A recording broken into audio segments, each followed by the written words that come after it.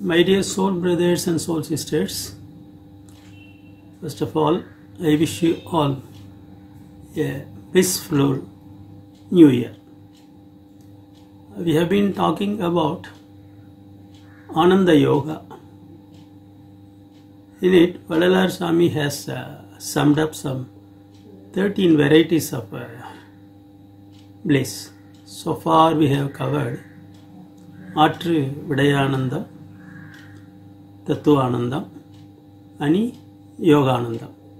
Today we are going to see what he meant by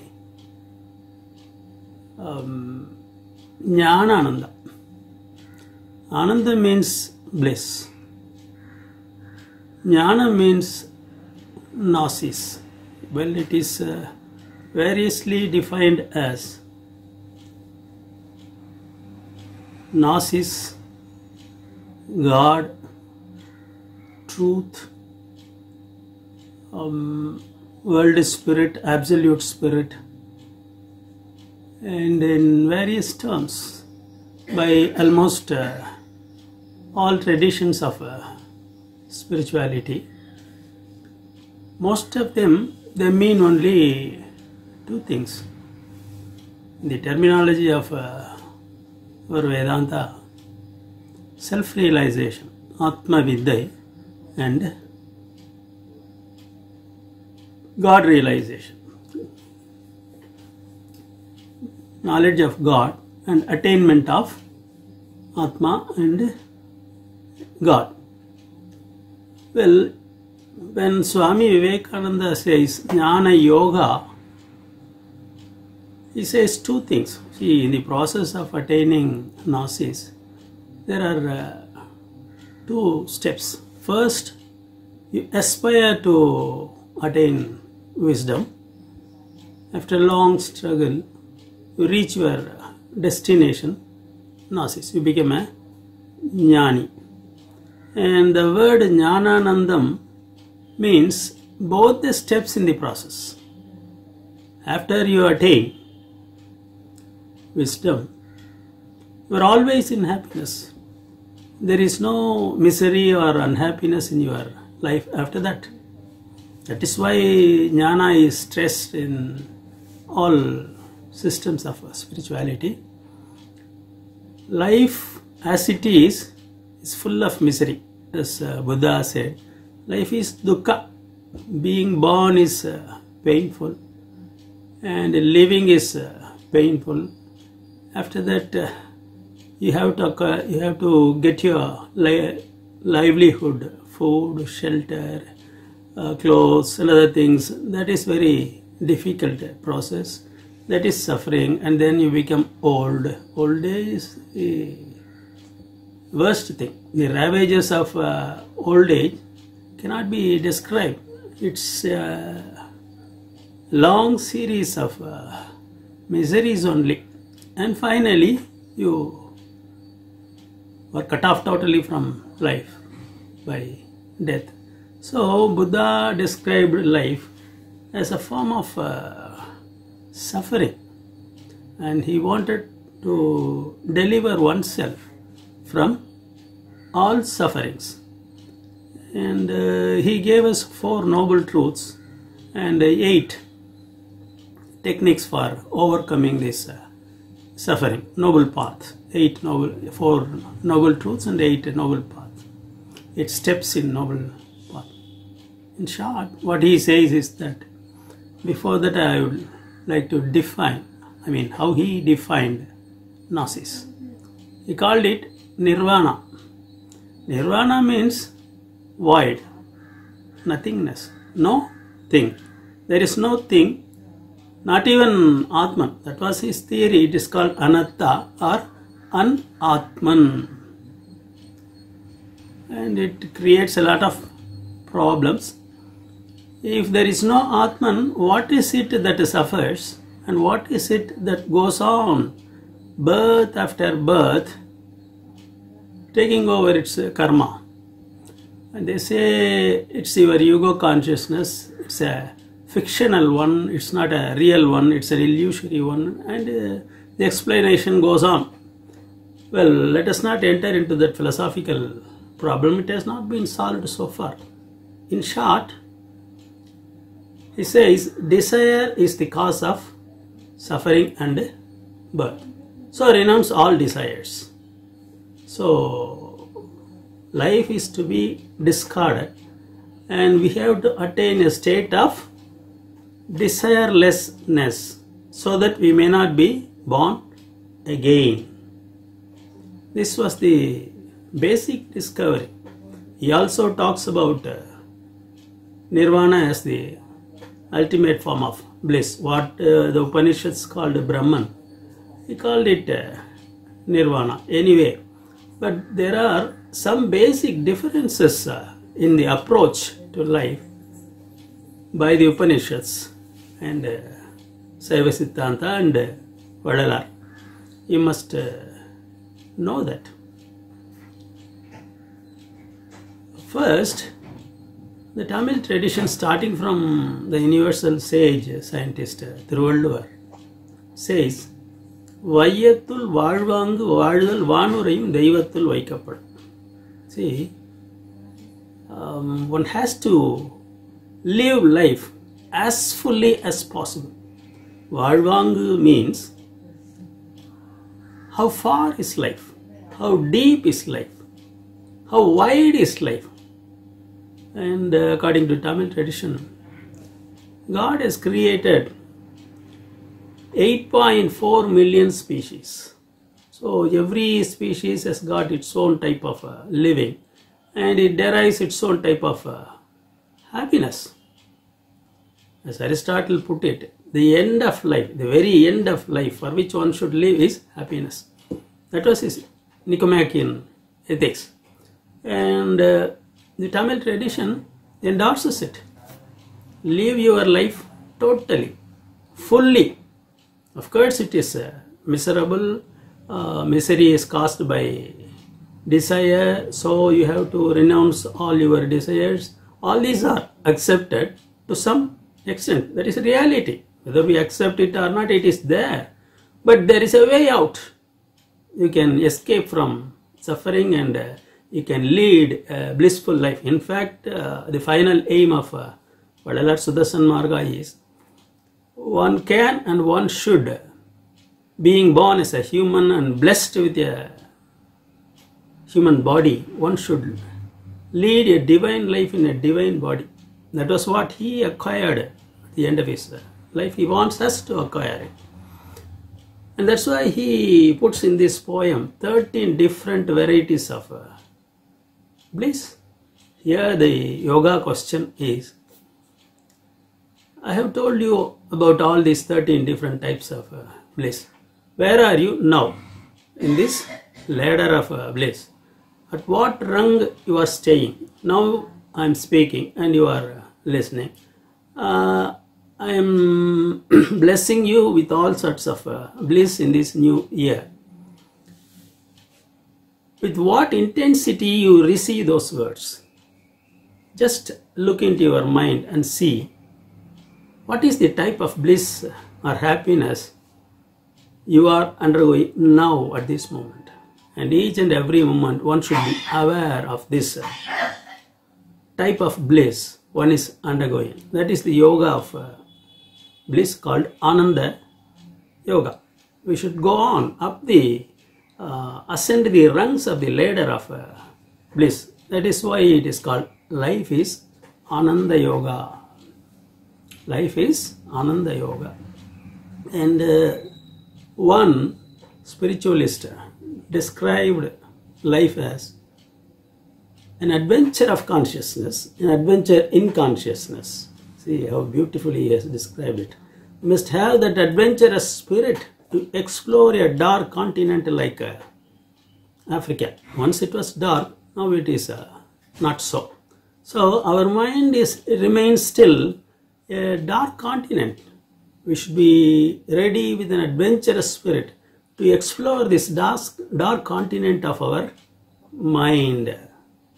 As Freud said, there is subconscious, and below that is inconscious of matter.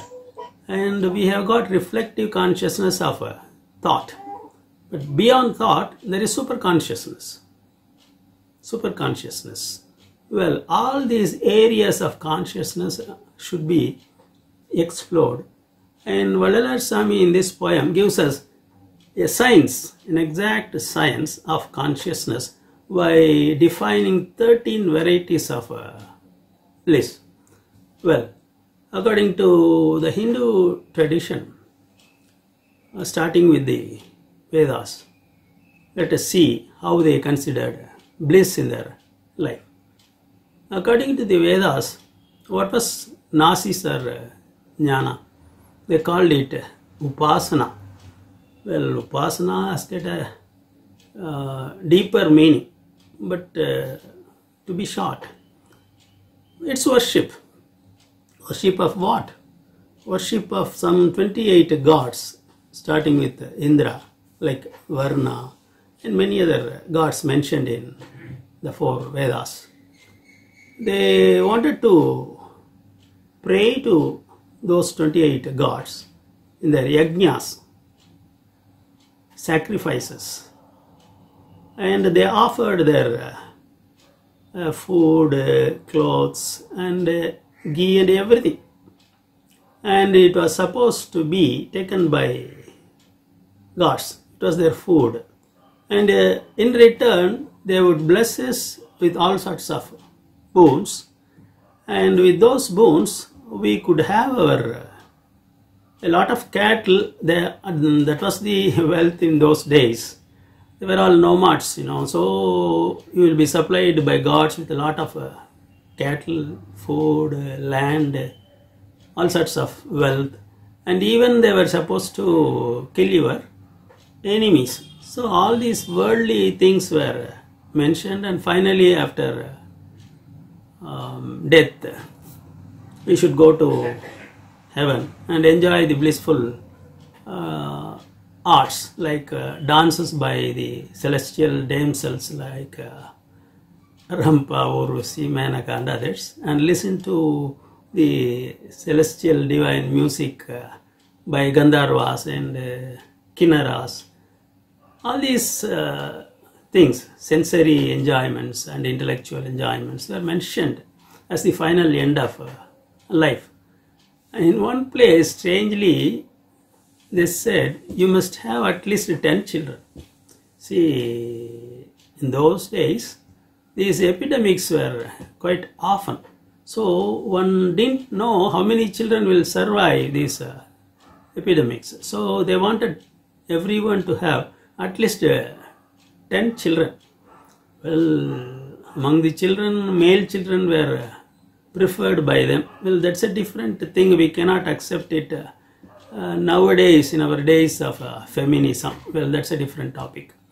But when we come to Upanishads, where the Upanishads before the advent of Buddha or at the time of Buddha or later, it's a long debate among historians of Buddhism.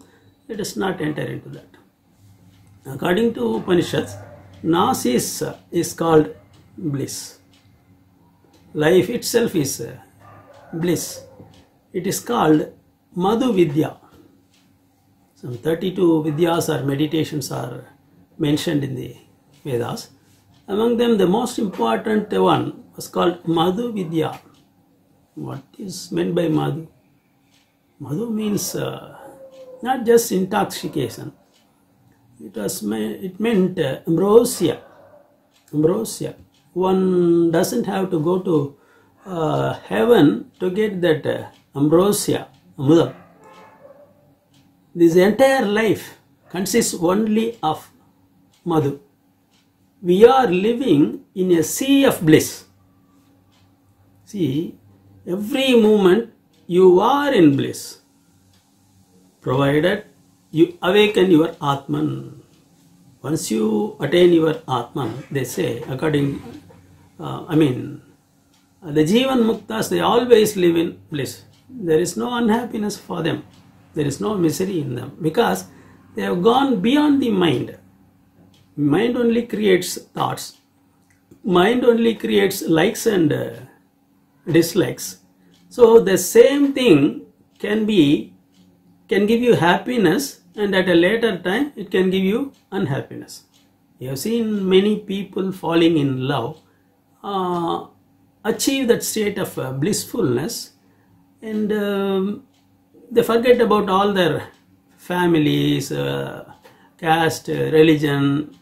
They forget about their hunger, sleep, and all wants, no fame.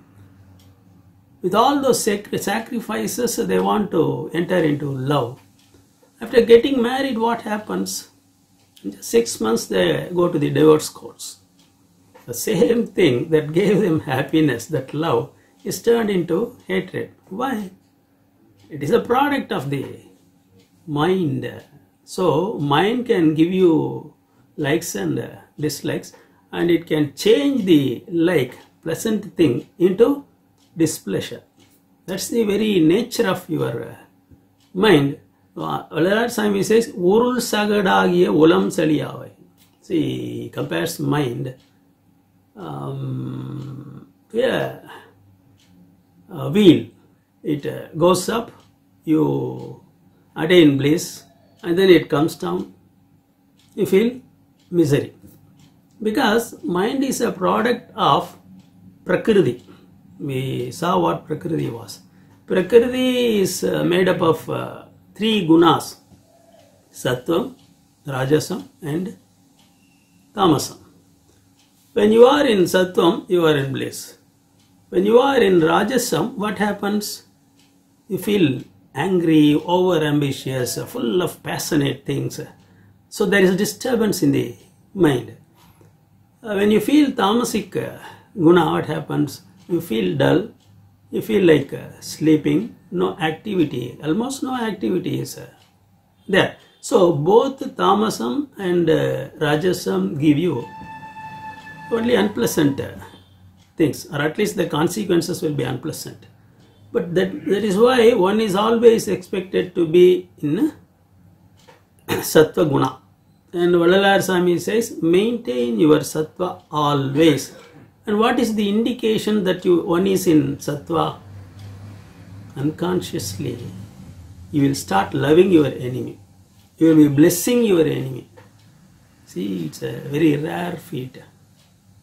It's a very rare accomplishment of consciousness. When one is in Sattva, one will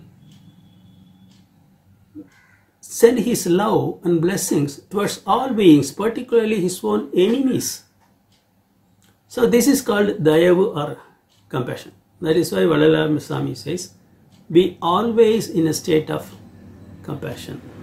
Then you are in Sattva, and nature in the form of Prakriti will not allow you to remain in that state, because it is always rotating, it's going on. First Rajasam, Sattvam, and then Tamasam, and then in Tamasam. So this rotation in nature goes on, not only in our body with all its tattvas, physical tattvas and mental tattvas, but in the nature also. That's why we have got seasons, climate change, and all those changes. So, being a representative of Prakriti, this mind is constantly creating changes. And by the name of yoga, particularly Jnana Yoga, we should be aware of these changes given to us by this Prakriti, and we must go beyond them, because these are all illusions. Once you reach beyond mind, once you go beyond thoughts, what happens? There is silence. There is silence. That is the aim of Vedanta and all the systems of spirituality. Vallalar Swami calls it Sutta Vedanta Maunamo, because all thoughts are noises. They create only problems. Of course, thought has given us all the pinnacles of sciences, arts, literature, philosophy. Everything unique about mankind is the special gift of thought. But at the same time, they have given us all sorts of destructive forces like wars, atomic bombs. Now they say we are going to be destroyed by these robots in the near future. So thought can create good things as well as destructive things. So one should go beyond thought. That's why Siddhar Panini said at the very outset of his system of Yoga Sutras, Yoga Tattva Sitta Virutti Nirodha. Stop thoughts, go beyond thoughts. So in the education of all of our lives, there are two steps. First, you must learn to think properly. How to do that?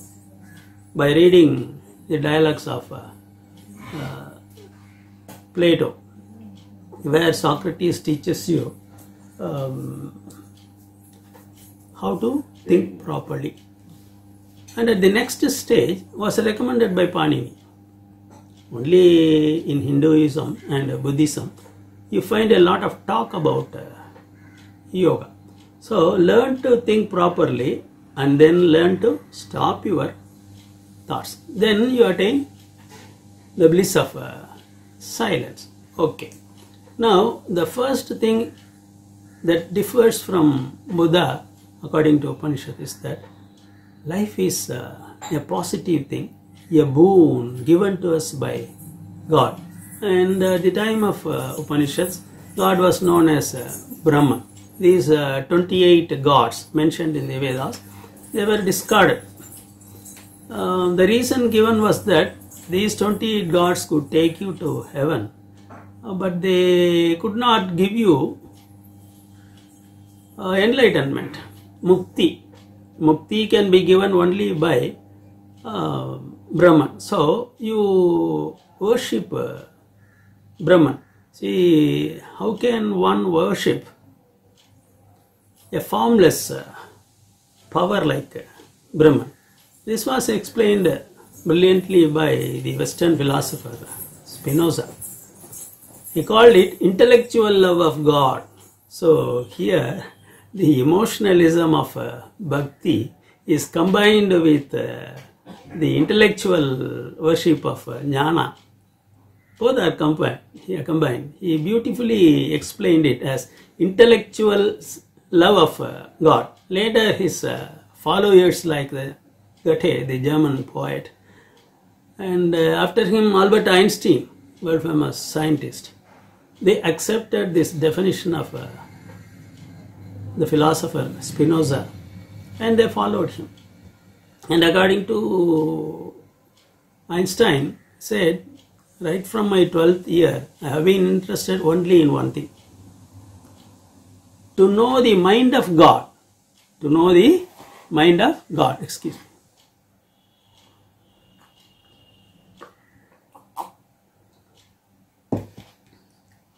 And what's the mind of God?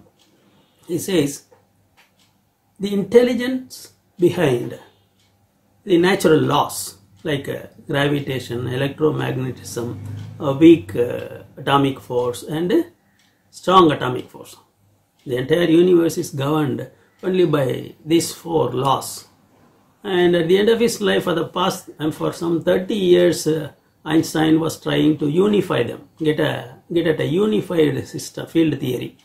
But he failed. But Vallalar, some 150 years, had already discovered in the law of absolute compassion. In the beginning was absolute compassion. Before the Big Bang, there was absolute compassion. Absolute compassion is a power like electricity, like gravitation, from which all the other laws of nature are born.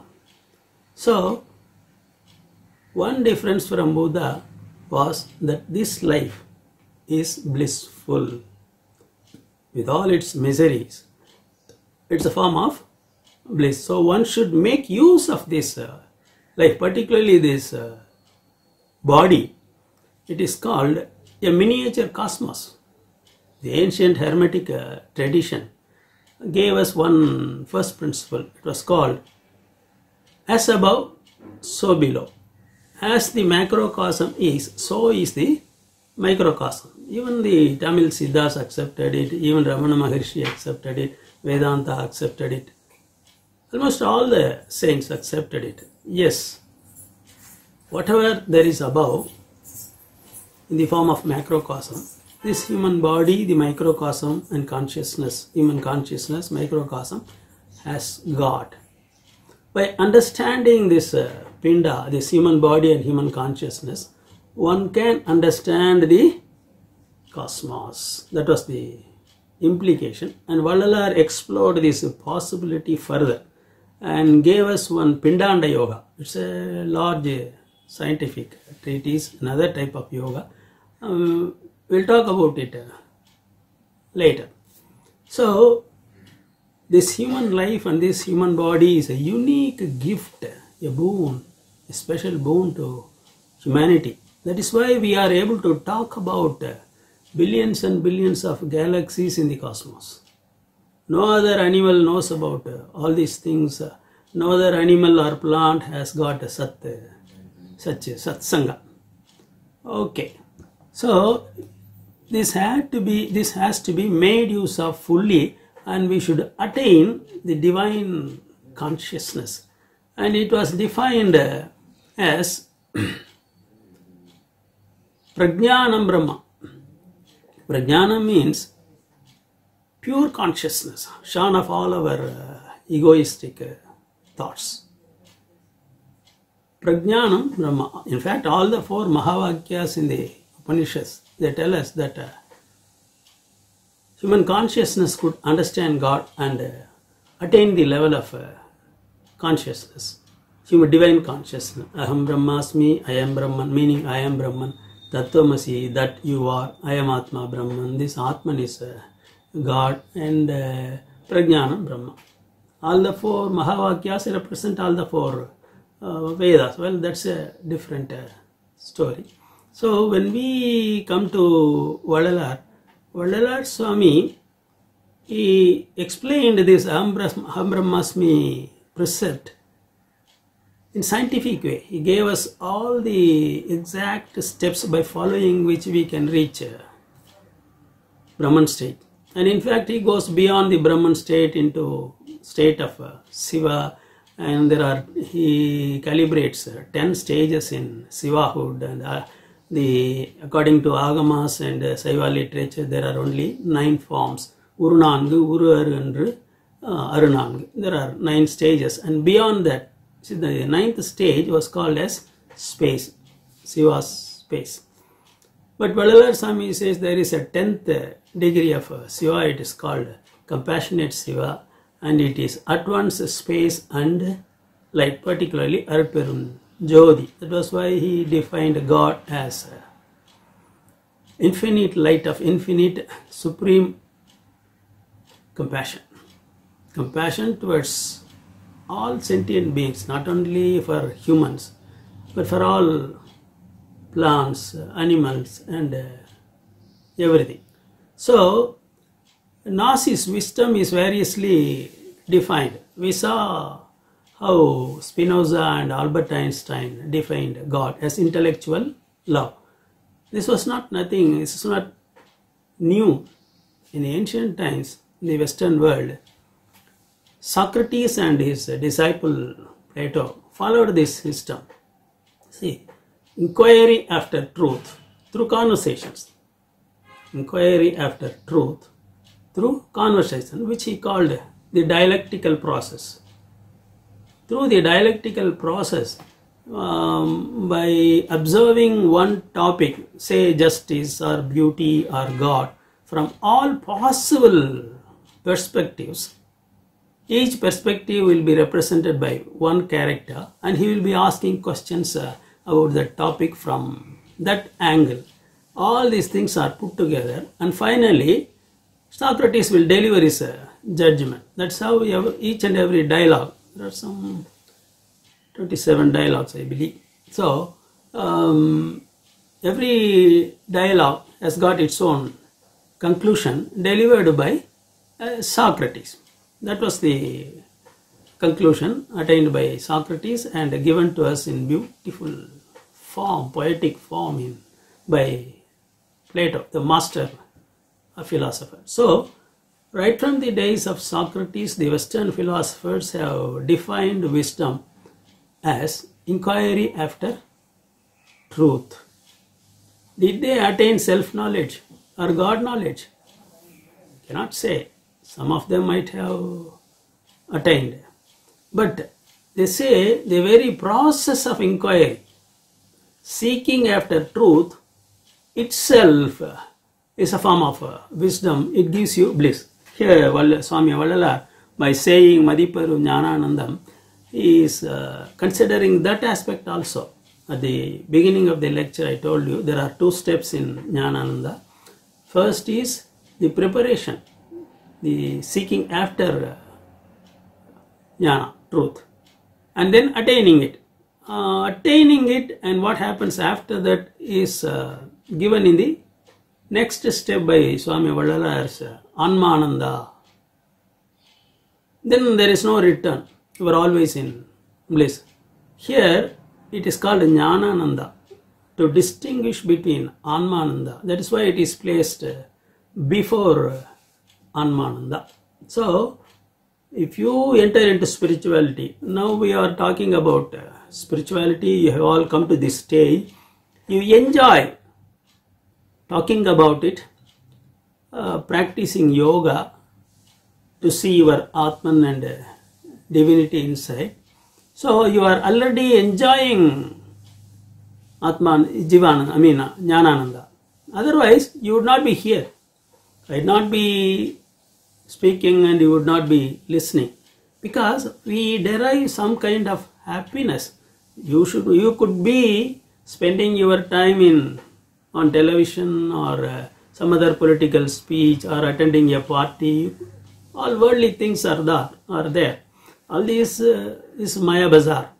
Millions and billions of things are there to attract you and distract you from your very purpose of life. That is the journey of the soul towards God. So what is Maya? It distracts you from your very purpose. Now you have discarded those illusions, steps of Maya, and you have come to the spiritual level. You are interested in spiritual level. This itself gives you Ananda, Jnanananda. The very interest in Jnana means your consciousness has risen above the worldly things, at least to some extent, and you enjoy this thing. How many people are able to enjoy such talks? They will consider it as nonsense, waste of time, because they are deeply absorbed in worldly things. So, the second step in this yoga of Jnana Yoga is that this attitude must be centered. Now, perhaps as a hobby, as a form of hobby or a form of entertainment, you could have come to this satsang, this meeting.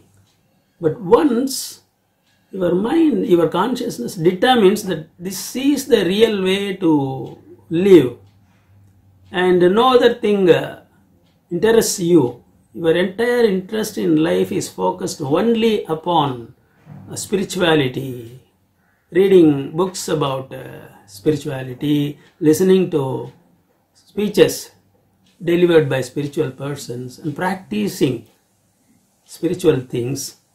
When your whole day, all the 24 hours are spent only on spiritual things, some kind of magnetic center is formed in you. That is the most important thing. That's the milestone. Only after magnetic center is formed in you, this is a very important technical term in spiritual and occult words. Magnetic center.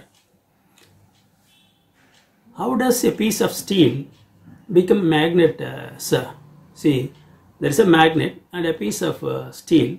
If you keep on rubbing them together, at one time, the piece of steel will also be magnetized.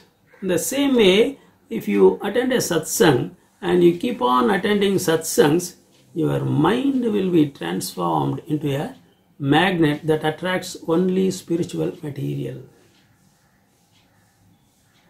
And please note this point. Only after you have attained that magnetic center level, God will send you somebody as a guru. You can go to any number of gurus, or you can listen to speeches of gurus. Now we have got many gurus, real gurus and charlatans. Countless number of people are there. You could listen to them for their jokes and their trickeries. That is different. But a real guru, you will see only after you have come to this magnetic center. You have attained this magnetic center. After that, what will happen? Again, life will be both pleasant and unpleasant. Even in those stages, miseries will come to you with a difference. But that difference you have to discern in your mind. Because either a pleasant event or an unpleasant event will be a message from God. This is the unique lesson of spirituality one aspirant must learn. Whether an event gives you misery or happiness or bliss, you should be deeply absorbed in it. You must try to understand what message through this event God gives me. Inside every misery, inside every pleasure, there will be a message that would take you a higher step in the evolution of your Atman. So whether the thing or an event is pleasant or unpleasant, that doesn't matter. Don't look at it. See the implication. What is the inner meaning? Inner meaning. What does it mean for the improvement of your soul? What is the implication given to you for the improvement and embellishment of your higher consciousness? There will be there. And one more thing. What is that? Unless you understand this implication, this teaching by God, this type of misery will keep on recurring. You will have it hundreds and hundreds and hundreds of times because you don't pass the class. If you stay in the 8th form and you are given a lesson, you must read it, you must enter into the examination, you must pass it. Until you pass it, you cannot go to the 9th standard. You are asked to keep on reading the 8th form lessons only. So, the miseries will be given to you constantly until you understand the implication and inner meaning of the event, and then you pass on. Then it will immediately change and the next step will be given. That could be an act of happiness. You could find it happiness, find it pleasant or unpleasant. That is immaterial. There will be tests and tests and tests. It will be a long, arduous travel of obstacles and miseries. But you won't find it as misery. You will take it as bliss. The very act of misery will be transformed into an act of bliss because you are doing with a purpose. For instance, during the Satyagraha struggle in India, Mahatma Gandhi proposed many struggles. For instance, Uppu Satyagraha, that is the right over preparing salt from the sea. It was against the British government. And they should not react to the lathi charge of the police. The police, you can see that film, Mahatma Gandhi. The police people will keep on beating the Congress disciples. And they will say only Vande Mataram. They will not react. They will bear it. Some people were killed on the spot or later. But they enjoyed it. They did not consider it as unhappiness at all because they were experiencing that unhappy event, that pain for some purpose. for the liberation of India, independence struggle. So that pain in their mind was transformed into bliss. So this type of transformation of purpose and thereby the transformation of consciousness is mentioned here by Vallalar Swami, and he says food, sex, fear and sleep, all these things must be reduced gradually, and finally should be totally, one should avoid them. So it will be very difficult. I went without sleep for some 68 days. I suffered a lot, but I learnt a lot. I was able to see the inner dimensions of life. It was a very unique experience. See, our sensitivity now is very thick and very dull. Just like a stone we are living. We always feel sleepy. Even during wakefulness, we are half asleep. If you take a cup of coffee or tea, say 5% of your consciousness is awakened, that's all. Total awakening takes place only with the total negation of sleep. Well, according to medical science, either you could go mad, or there should be any mental, damage to your brain. So it's on the one side, it's a very difficult process, very arduous one, but at the same time, it will be a different kind of ananda. It is called Gnananandha. So even in the West, almost all the philosophers, starting from Socrates to Bertrand Russell, they were enjoying this Gnananandha.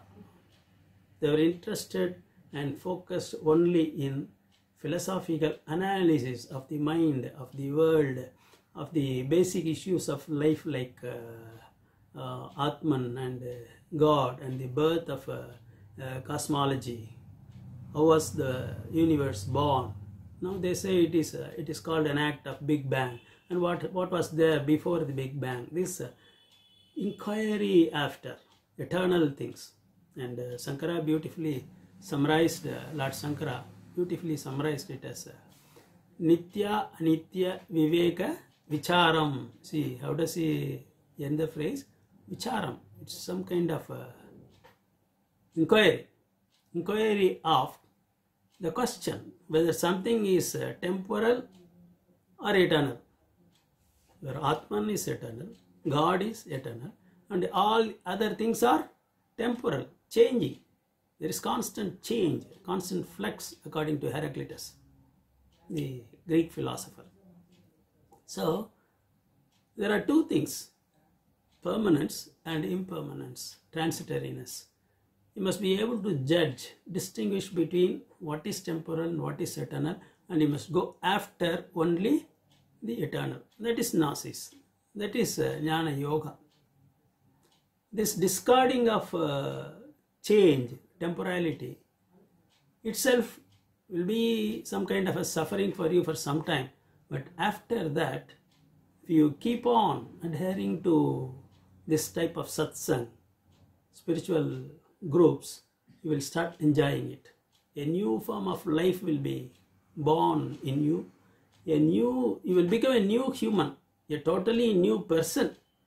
You will not be interested in worldly things. I was making a lot of money as a businessman, and Vallalar Swami said that, well, it has come to an end. It must come to an end. Come, my son, you have got other things to do. So I left all the business and came to this path of Suddha Sanmarga some 25 years ago. After that, I have not received any money, I have not touched money, but I have traveled all over the world. And Vallalar Swami sees to it, God sees to it. Now I have left all of my life in the hands of God. Come what may, because they know better than me. They know better about my own life, better than I know about my life. I am being taken care of in some way or other, because I am not interested whether I am hungry or not, whether I am living or not. They will see to it that I get all these things, food, clothing, shelter, all these things. They take care of me. Your father, when you are young, your father takes care of you. If that is the case with the worldly teacher, what about the Father, Divine Father? Will He desert us? I don't think so. So far He has not deserted me, and I am not bothered. So what is Gnosis, Jnana? To understand the fact that our Atman is the temple of God, and this body is the temple of Atman. And inside the Atman you will find another light, God. That's why Swami Vallalar says, Jodhiyul, Jodhiyul, Jodhi. The first Jyoti light is your consciousness. With the help of your consciousness, you should see your Atman, another kind of subtle light. And with the help of Atman, the light of Atman, you should see the light of God, the subtlest, the causal, pre-causal, the cause that caused all things, causeless cause, as Aristotle famously defined it. So that is there, God. So Jyotiyul, Jyotiyul, Jyoti. You must be aware of your consciousness, the first light, and then with the help of that consciousness, you must be aware of and see the light of Atman inside your head, and with the help of the light of Atman, you should see Arutperunjothi. This is Jnanam in a scientific way, in a very short way. With that, I would like to conclude. Once again, I wish you all a new year of bliss. Thank you.